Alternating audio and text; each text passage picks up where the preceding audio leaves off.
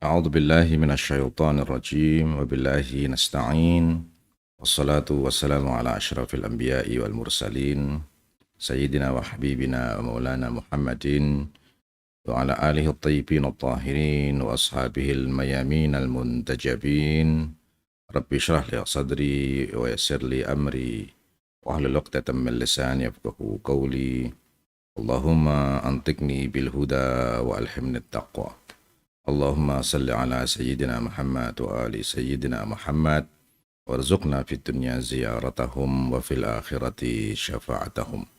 Bismillahirrahmanirrahim. Assalamualaikum warahmatullahi wabarakatuh. Segenap puji dan syukur senantiasa kita panjatkan kehadirat Allah Subhanahu wa taala atas limpahan nikmat, karunia, hidayah, inayah yang sampai pagi hari ini masih tercurah kepada kita semua. Salawat dan salam tidak lupa senantiasa kita haturkan keharibaan junjungan kita Nabi besar Muhammad sallallahu alaihi wasallam beserta segenap ahlul bait, dan salam bagi sahabat-sahabat beliau. Kajian kitab Durusun fil Aqidatil Islamiyah, atau kalau bahasa sekarang daras ya. Daras dalam akidah, tentang akidah Islam atau pelajaran akidah Islam. Kita akan melanjutkan pembahasan mengenai dasar-dasar ru'yah kauniyah madiyah atau ru'yah atau pandangan materialis. Dasar-dasar pandangan materialis yang barangkali bisa memberikan satu gambaran, meskipun mungkin ada beberapa teman yang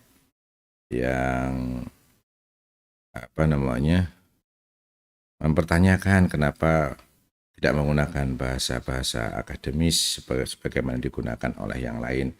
Saya menggunakan bahasa-bahasa yang cenderung kepada bahasa Arab, dan untuk bahasa akademisnya saya wakilkan kepada ustadz-ustadz yang memang berkompeten untuk itu.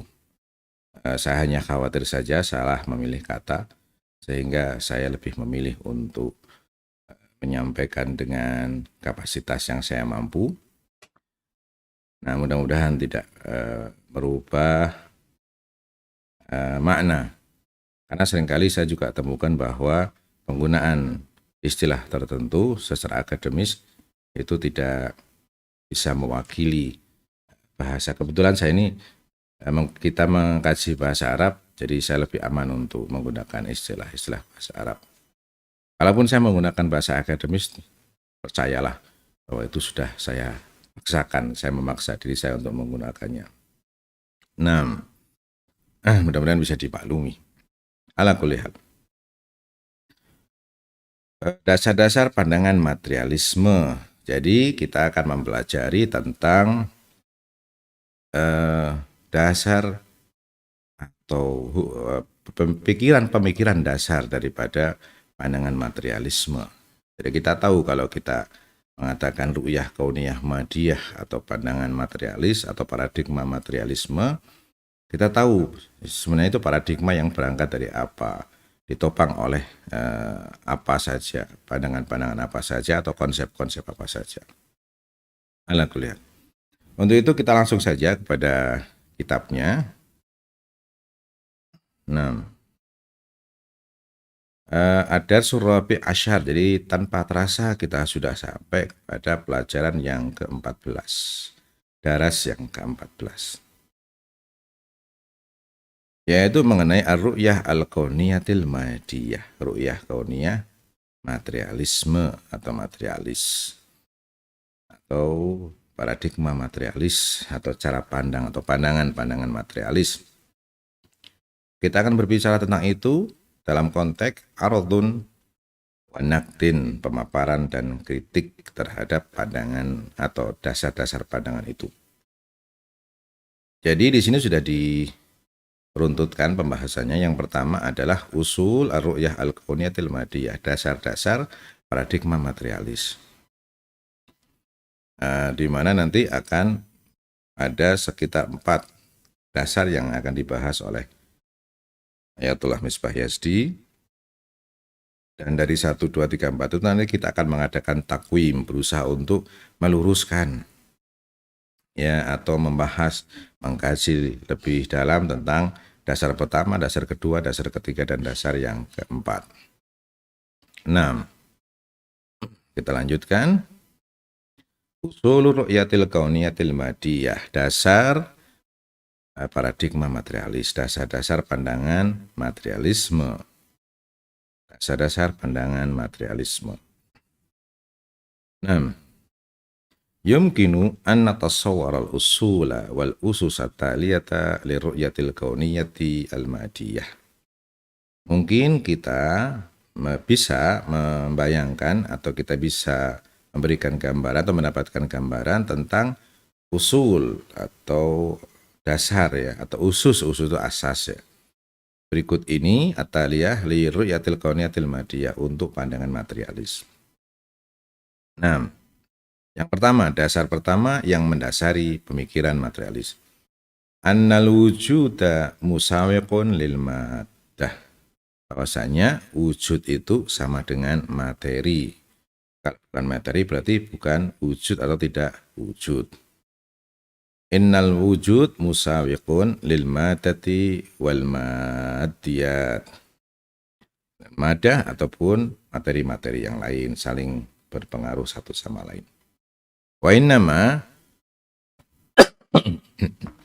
innama yu'tabaru syai'un mawjudan, dan sesuatu itu dianggap ada bima laukana madatan, hanya kalau dia itu materi. Kalau non materi sama saja tidak ada. Mustamilah alal hajm, materi yang memiliki hajm, memiliki ukuran, wal ab'ad ats-tsalatsah, dan 3 dimensi. Atul, panjang, al-arad, lebar, wal irtifa, dan volume. Jadi dia 3 dimensi. Sehingga itu yang disebut dengan sesuatu yang wujud. Au kana min khawasil madah liyakuna taba'an lil madah muttasifan bil kamiyah wal qabiliyah lil inkisam. Atau mereka menyebutkan termasuk ciri khas daripada materi ya, liyakuna muttasifan bil kamiyah, dia bisa ada ukuran tertentu, kuantitas tertentu, wal qabiliyah lil inkisam, dan bisa dipecah-pecah, bisa dibagi-bagi, bisa diformulasikan menjadi formula yang lain. Fawifku hadal asl, berdasarkan dasar yang pertama ini, yunkaru wujudullahi, diingkarilah wujud Allah, li'annahu mawjud ghairu mati, karena Allah adalah mawjud yang tidak materi, ma fauqat tabi'ah wa ma fauqat tabi'ah, dan yang ada di sebalik atau di balik materi. Jadi mereka menolak wujud-wujud yang non materi. Ini dasar yang pertama yang mungkin kita semua sudah memahaminya. Atsani, dasar yang kedua. Annal madata azaliyatun wa abadiyatun wa ghair makhluqatin. Sesungguhnya materi itu azali, tidak berawal, wa abadi, tidak berakhir. Azali. Tapi baru di sini disebutkan bahwa materialis punya konsep azaliyah. Padahal sebenarnya kelemahan mereka pada masalah azaliyahnya. Kan kemarin baru saja dikritik oleh Ayatullah Misbah Yazdi bahwasanya kalaupun materi itu abadi, tapi apakah materi itu juga azali? Itu kemarin baru dikritik. Saya tidak tahu nih kenapa di sini disebutkan bahwa materi itu azali. Azali itu tidak berawal. Nah, ala kulli hal, nanti kita akan lihat barangkali ada keterangan yang lain, tapi sejauh ini bertentangan, mungkin karena keterbatasan ilmu saya, dengan apa yang kita bahas kemarin, bahwasanya salah satu kritik daripada Ayatullah Misbah Yazdi adalah keazaliannya. Untuk itu coba kita lihat, misalkan barangkali ketemu kita, saya udah lupa bagian yang mana kemarin. Nah, tentang materi. Nah ini kalau nggak salah.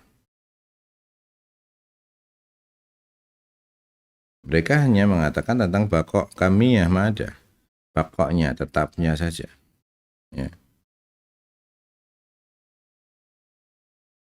Nah, ala kulli hal. Kita lanjutkan. Nah, tidak apa-apa sekali-kali latihan kritik ya. Innal mada azaliyah wa abadiyah wa ghair makhluqah. Sesungguhnya materi itu azali wa abadi, berarti sarmadi. Tidak berawal, tidak berakhir. Wa ghair makhluqah, dan bukan makhluk. Jadi dia bukan diciptakan oleh, karena kalau di azali artinya dia tidak diciptakan. Ya bukan makhluk, kan diciptakan oleh Khalik, bukan pencipta. Jadi dia ada gitu saja. Sekonyong-konyong ada. Atau bahkan kalau menurut ini ada azalinya, berarti dia tidak pernah tidak ada. Hanya dia wajibul wujud kalau dia azali dan abadi. Tapi ini materi, ya.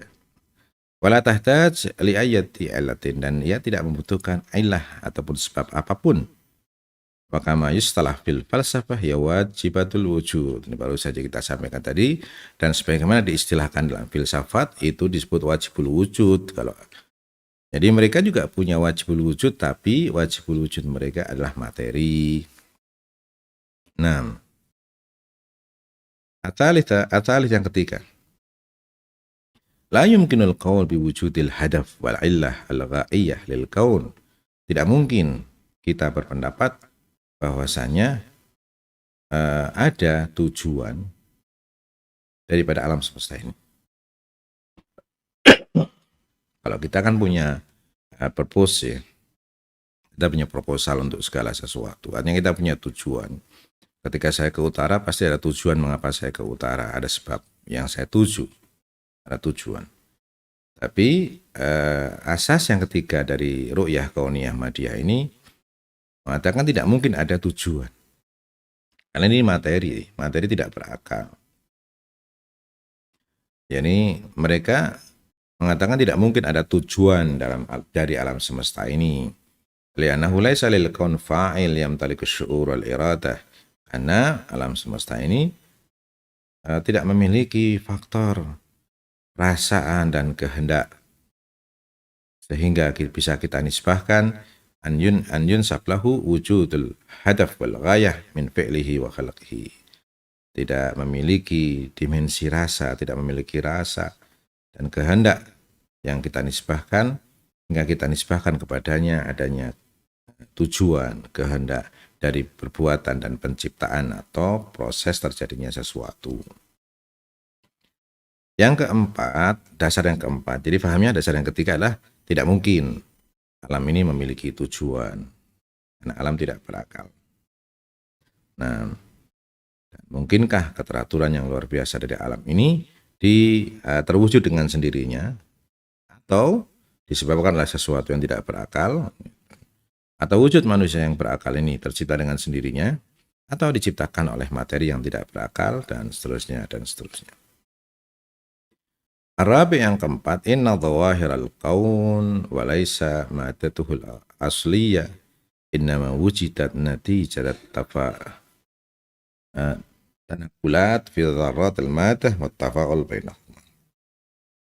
Sesungguhnya kenampakan alam semesta ya setelah materi asli ya, yang mereka sebut azali itu, yang mereka sebut tidak berawal tidak berakhir itu, kenampakan alam yang lain selain materi awal, inama wujidat natijatat tafa'ulat minad dzaratil madiyah wa tafa'ul bainahuma.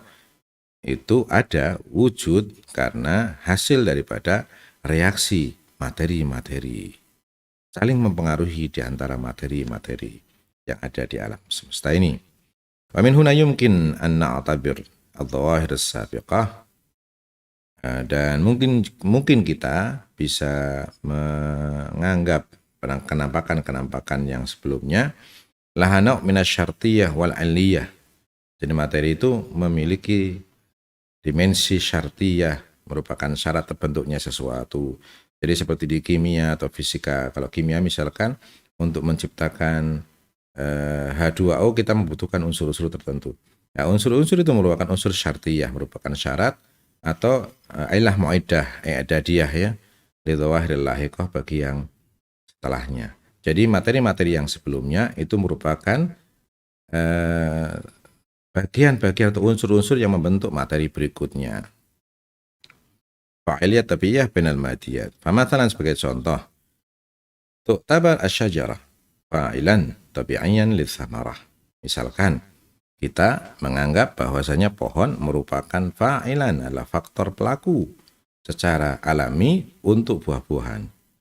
Artinya dia salah satu bagian yang menciptakan buah-buahan. Wa yumkin an nusnid adh-dhawahiril fiziyaiyah, dan mungkin kita menyandarkan kenampakan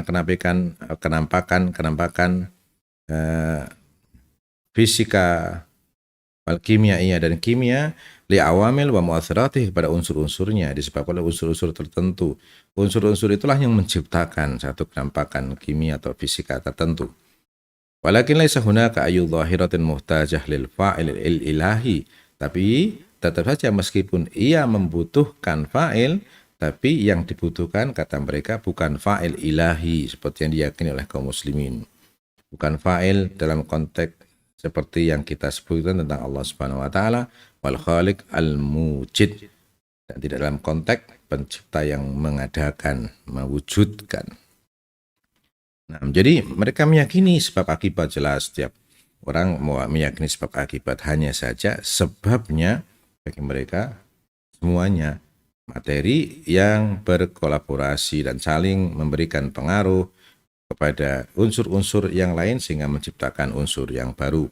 Bertemunya satu rumus kimia dan rumus kimia yang lain akan menciptakan zat yang baru, akan menciptakan formula yang baru yang kita berikan dia nama dengan simbol-simbol dan lain sebagainya itu. Nah, itu 4 dasar. Tapi kata Syekh Misbah Yazdi, wa yumkin an nudhifa ila hadil usul aslan khamisan. Mungkin kita bisa menambahkan dasar yang kelima dari pandangan materialis ini, wa huwa muta'alliqun bi ilmil ma'rifah, yaitu yang berhubungan dengan ilmu ma'rifah. Wa yasihu i'tibaruhu mutaqaddiman ala sairil usul, yang ilmu ma'rifah bisa kita anggap sebagai ilmu atau mungkin yang ini bagian yang kelima ini sebenarnya merupakan dasar dari 4 yang sebelum yang keempat tadi, yang sebelum 4 yang tadi kita sebutkan. Apa itu dasar yang kelima? Itu dasar yang kelima yang ingin ditambahkan oleh beliau, bahwa annal ma'rifah al-mumbathiqah minat tajribah al-hissiyah, bahwasanya bagi pandangan materialis bahwa ma'rifah yang timbul, yang lahir dari eksperimen indrawi, yal ma'rifatul wahidah, itu satu-satunya ma'rifah yang diakui. Jadi kalau ma'rifat itu tidak bisa dieksperimenkan secara hissi, secara indrawi, maka dia bukanlah ma'rifat, dia bukan ilmu. Yal ma'rifatul wahidah, satu-satunya ma'rifat yaitu allati yumkinul qaul bi i'tibariha, yang bisa dipertimbangkan, yang bisa diperhitungkan. Wa bima anna tajarib al-hissiyah tuthbit wujud al-madah wal madiyat fahasb, dan karena eksperimen indrawi hanya menetapkan wujud dan tidaknya materi saja, tuna antuthbit wujuda ghairih, tanpa bisa mengitsbatkan selain materi. Lidzalika la yumkin an naqbal wujuda ayyi syai'in akhar ghairaha, maka tidak mungkin kita menerima wujud selain itu, selain yang bisa dieksperimenkan. Itu dasar pemikiran atau dasar pandangan materialis yang ditambahkan oleh Ayatullah Misbah Yazdi pada kitab ini. Lakin bitarsis sabik ittadhaha butlan hadal asas. Tapi pada pelajaran yang lalu kita sudah menggugurkan atau menyatakan bahwa asas ini batil, terbukti batil. Wala nu'id munaqashatuhu marrah ukhra, dan kita tidak ingin mengulangi perdebatan itu lagi. Walidzalika nabhath fil usulir arba'ah, karena itu kita membahasnya pada 4 dasar pandangan materialis itu saja.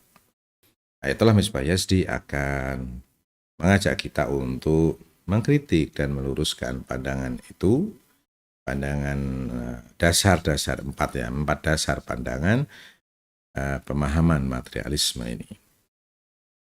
Dan saya kira itu akan sangat, harapan saya bagi saya sendiri itu akan sangat membantu untuk memahami pandangan materialis, karena rasanya tidak fair juga ketika kita menilai seseorang sebagai materialis, kemudian menilai pandangannya sebagai materialisme, sementara kita sendiri seringkali tidak tahu tentang materialisme itu sendiri. Persis seperti ketika kita menilai misalkan Rusia adalah negara komunis misalkan, sementara kita tidak tahu komunis itu sebenarnya apa.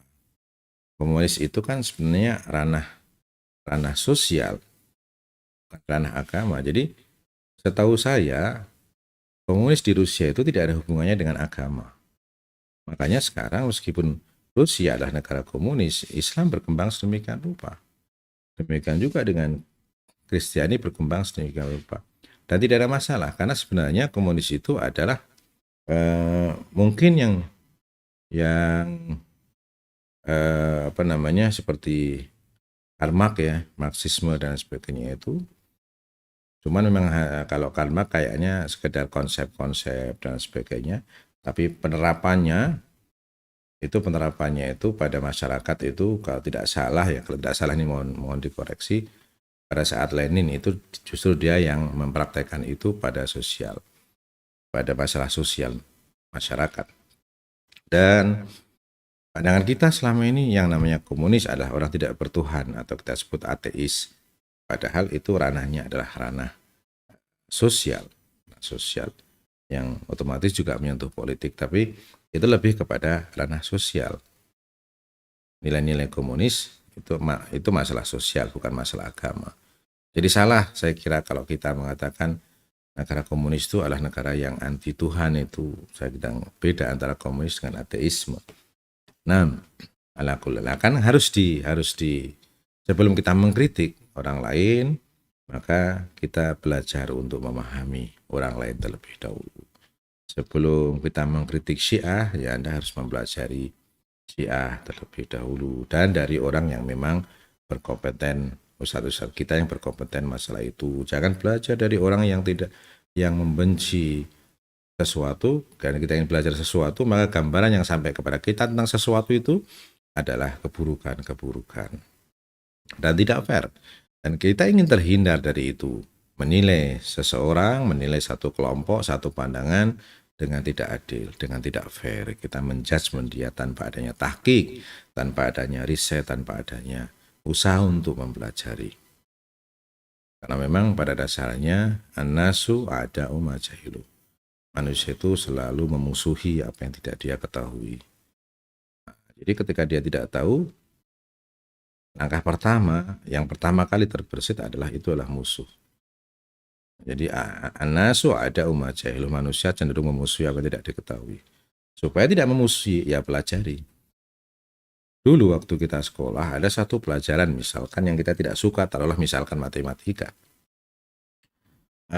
Pada saat itu karena memang faktor usia kita masih anak-anak, masih muda, seringkali kita cenderung untuk tidak ada pelajaran itu. Kalaupun ada, kita berusaha untuk bolos misalkan. Dan itu tidak menyelesaikan masalah, karena sampai kapan kita akan lari dari matematika misalkan. Maka langkah yang benar sebenarnya adalah berusaha untuk mempelajari, berakrab-akrab, sehingga kita bisa menilai apa betul bahwasannya matematika itu sesulit yang kita bayangkan. Ataukah kesulitan itu muncul karena kita tidak mau mengenalnya, mempelajarinya. Tak kenal maka tak sayang. Jadi sahabat Hasanul Banna yang dirahmati Allah Subhanahu wa taala, buku ini sebenarnya sangat menarik, kitab ini, karena tidak hanya memaparkan pandangan ru'yah kauniyah ilahiyah, tapi juga ru'yah kauniyah madiyah. Tentunya masih perlu penambahan karena kitab ini cukup sederhana.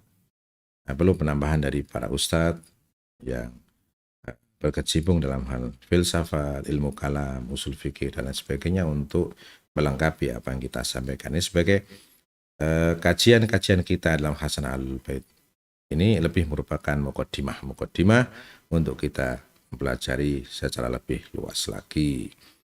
Jadi saya sangat bersyukur kalau ada yang bertanya di kolom komentar atau di live chat misalkan mengenai sesuatu. Meskipun kadang jawaban kita tentunya jawaban-jawaban sederhana, jawaban-jawaban yang mudah-mudahan bisa dikembangkan lagi menjadi kajian-kajian yang lebih menarik. Nah, sekarang kita melakukan takwim.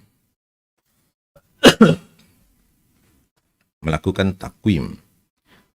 Atau setelah kita memaparkan tadi, kita sekarang mengkritik dan meluruskan apa yang menjadi dasar pemikiran materialis. Nah, takwimul aslul awal, luruskan asas yang pertama. Asas pertama tadi tentang apa? Tentang madah. Tidak ada wujud kecuali madah. Annal wujud musawikun lil madah.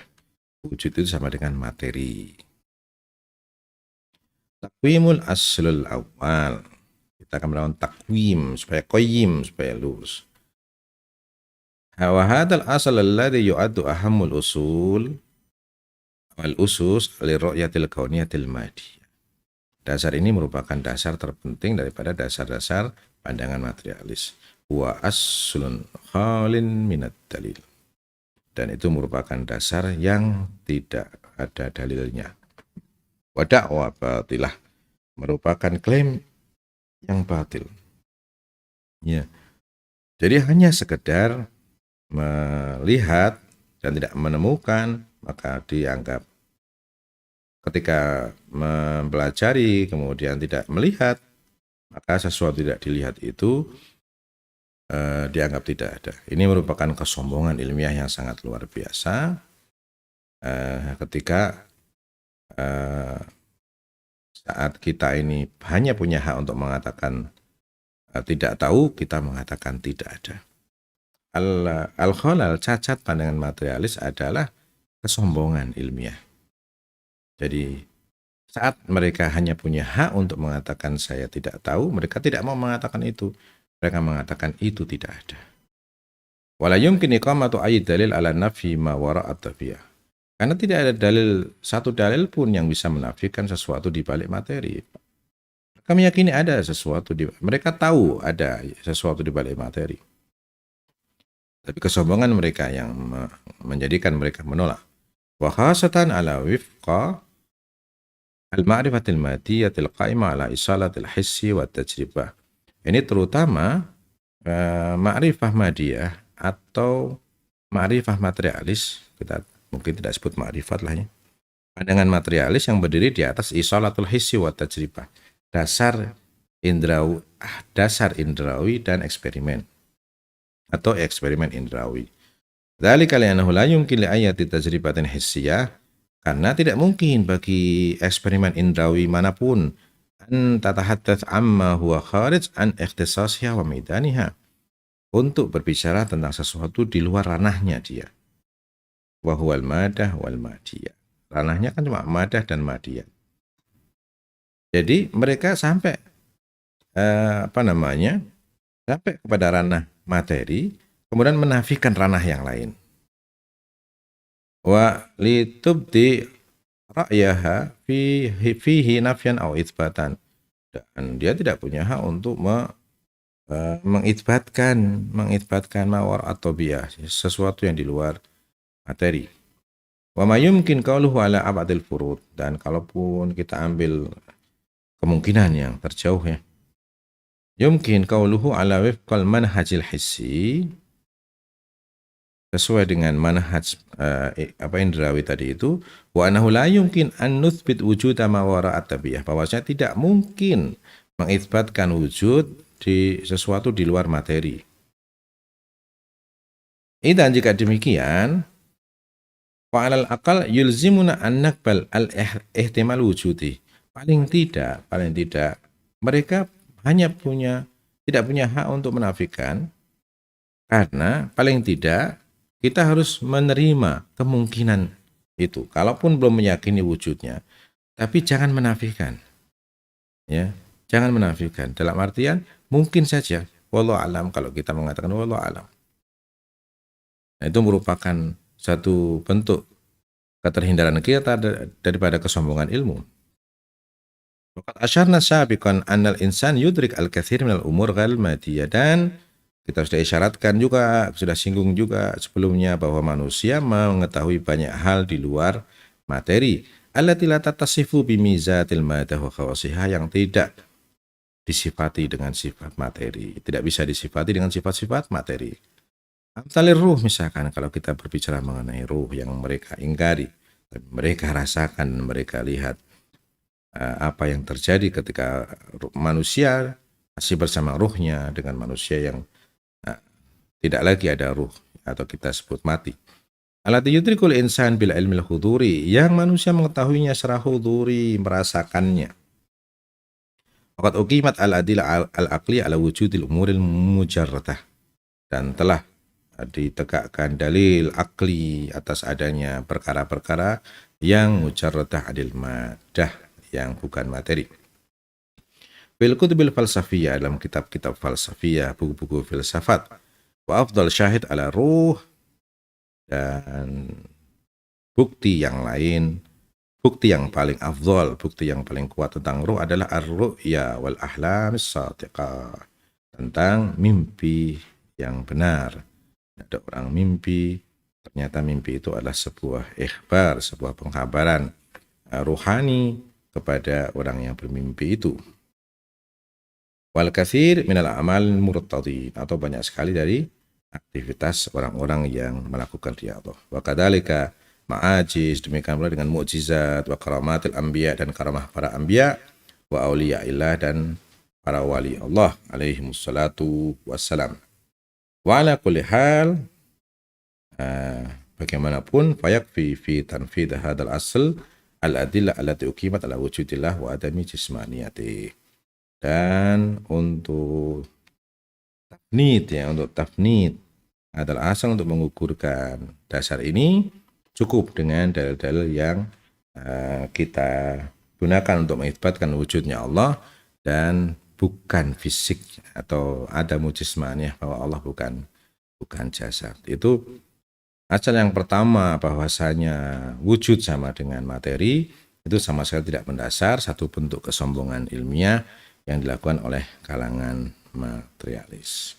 Saya kira kita sampai asal yang pertama, atau kritik dan meluruskan dasar yang pertama. Mudah-mudahan apa yang kita sampaikan memberikan manfaat dan akan kita lanjutkan pada pertemuan berikutnya. Mudah-mudahan pahala majelis ini dicurahkan kepada guru-guru kita yang telah mendahului kita, wabil khusus Allah yarham Buya Jaludin Rahmat, dan juga ibu, juga para ulama, para kiai, dimanapun mereka diusarakan, dimanapun mereka diistirahatkan, dan Allah Subhanahu wa Ta'ala selalu melimpahkan maghfirahnya, melapangkan kuburnya, dan menaungi dengan sinar kasih sayangnya. Kita akan bertemu pada kajian berikutnya. Alhamdulillahirabbil alamin. Astaghfirullahaladzim. Assalamualaikum warahmatullahi wabarakatuh.